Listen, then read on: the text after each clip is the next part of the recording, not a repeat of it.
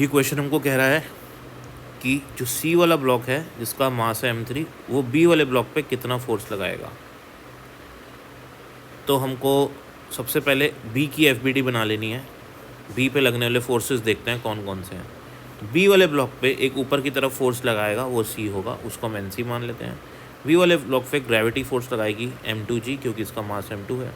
और बी वाले ब्लॉक पे ऊपर वाला ब्लॉक नीचे की तरफ फोर्स लगाएगा नॉर्मल रिएक्शन जिसको हम Na मान लेते हैं। यहाँ से इक्वेशन बनेगी Na plus m2g equals to NC। फिर हम ए वाले ब्लॉक की यही हम NC हमको चाहिए यहाँ पे क्योंकि NC वो फोर्स है जो सी ने लगाया है बी पे। अब हम ए की एफबीडी बना लेते हैं ऐसे।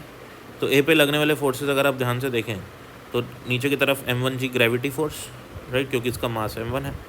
और बी ए पे ऊपर की तरफ फोर्स लगाएगा वो हम मान लेते हैं Na है, ठीक है, क्योंकि बी ए को ऊपर की तरफ फोर्स लगाएगा और ए बी पे नीचे की तरफ फोर्स लगाएगा, वो दोनों Na ही होंगे।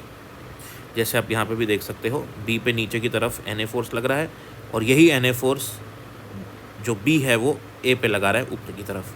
यहाँ से पता लगेगा कि Na m1g के बराबर है। ये वैल्यू यहाँ सब्सटीट्यूट करेंगे तो NC आ जाएगा m1 plus m2 into g।